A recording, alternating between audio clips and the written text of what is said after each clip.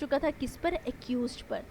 Unlike the burden of proof in the first sense, the burden of introducing the evidence में shifting constantly हो रही है burden of proof की, यानी introducing of evidence की. In this scenario the onus to prove rest upon the party, उस party पर onus of proof रहेगा हु विल फेल, जो फेल हो जाती है. इफ़ नो मोर एविडेंस और no evidence at all has been presented by either side. So ये वाला जो आर्टिकल है, इसका आर्टिकल जो हम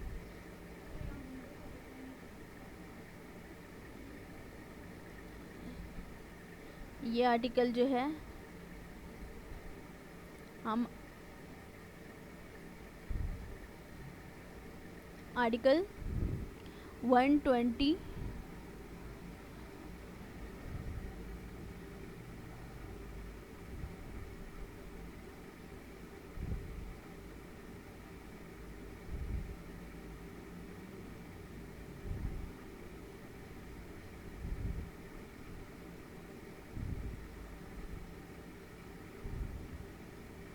आर्टिकल 118 जो है, इस जो है ये लाइन को प्रूव करता है, लास्ट वाली को. देन है गवर्निंग लॉज. अभी कौन कौन से लॉज जो हैं इसे गवर्न कर रहे हैं.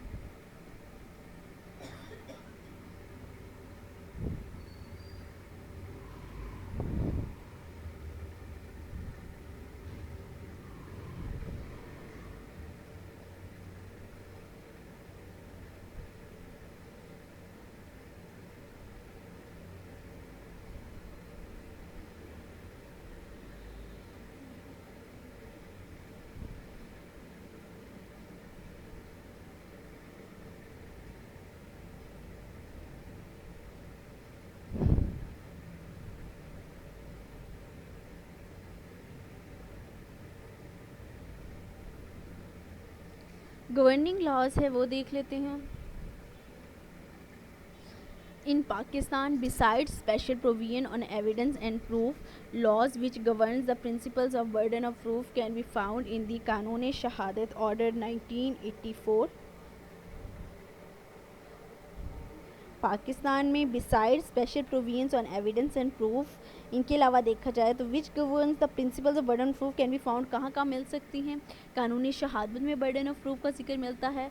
बैंकर्स बुक एविडेंस एक्ट 1939 में इसका जिक्र मिलता है. And the commercial document evidence act 1939 में जो है बर्डन ऑफ प्रूफ का जिक्र मिलता है. सो ये थी relevant provisions according to the burden of proof.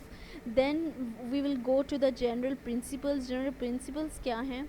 General principles behind burden of proof is that it lies upon the person और अ पार्टी, ये उस पर्सन या पार्टी पे लाई करेगा विच सब्सटेंशली असर्ट, जो सब्सटेंशली ये असर्ट करें itself in the affirmative of an issue, किसी इशू की अफर्मेशन के लिए. Then in applying this rule regard must be given to substance. In applying this rule, इस rule को apply करते हुए regard must be given to substances and not grammatical form. The wisdom behind the adoption of this rule, इस rule को adopt करने के पीछे क्या विजडम थी, क्या मंतक थी कि of convenience in practice is not because the negative is approval but because the negative does not admit direct, negative को डायरेक्ट जो है एडमिट नहीं करेंगे. And simple proof which the affirmative is capable of. तो this is the general principles. Then है test. The crucial test to ascertain which side the burden of proof lies upon is to first consider which party will benefit if no evidence is presented by either side, and then assess the effect of removing the assertion wanting proof, bearing in mind that the onus must lie on whichever party fails if either of these steps are followed.